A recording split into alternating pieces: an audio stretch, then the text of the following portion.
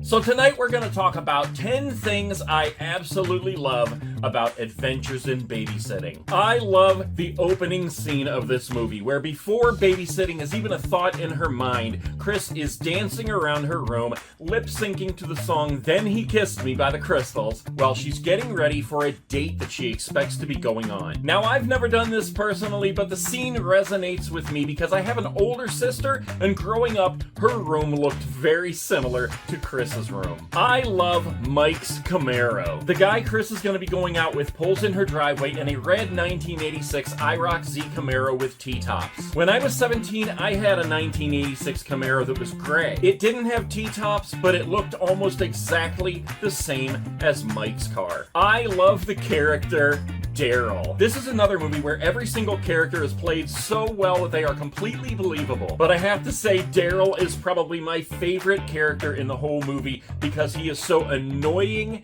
and hilarious. I love SpaghettiOs with meat. When they first head out to pick up Brenda, everybody is packed in a huge station wagon barreling down the highway. Chris is telling a scary story about a killer with a hook for a hand, and she refers to one of his victims as looking like a pool of mushy goo. To which Sarah responds, like SpaghettiOs? And Chris hilariously says, SpaghettiOs with meat.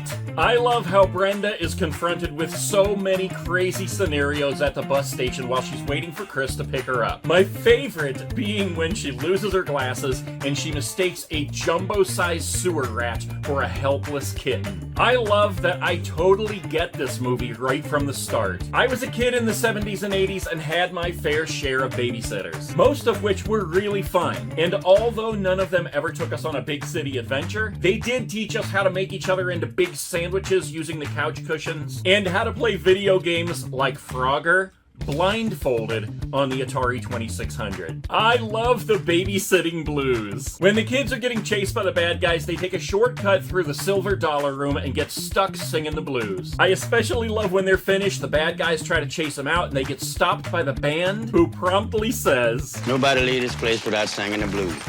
I love when the kids finally get to Dawson's garage and they run into a man who Sarah insists is the mighty Thor. It's actually Mr. Dawson himself, who I didn't realize until years later is Vincent D'Onofrio, who also plays Private Pyle in the movie Full Metal Jacket. I love the random cream stick. One thing about this movie that is so good is that they throw things like this in. Towards the end of the movie, the kids have their car back, they're on their way to pick up Brenda when they notice Mike's car at the French restaurant where he was supposed to be taking Chris that night. When they walk in to confront him, Sarah goes the opposite direction, grabs this gigantic, delicious-looking cream stick off a platter, and heads out the door to go check out this toy store around the corner. And last but not least, I love how the scenes at the parents' office building gives off some serious Die Hard vibes. Just like in Die Hard, there's a Christmas party going on a lower floor, and the higher floor where most of the action takes place is still under construction. So there you have it, guys. 10 things I absolutely love about the movie Adventures in Babysitting. If you have not seen it,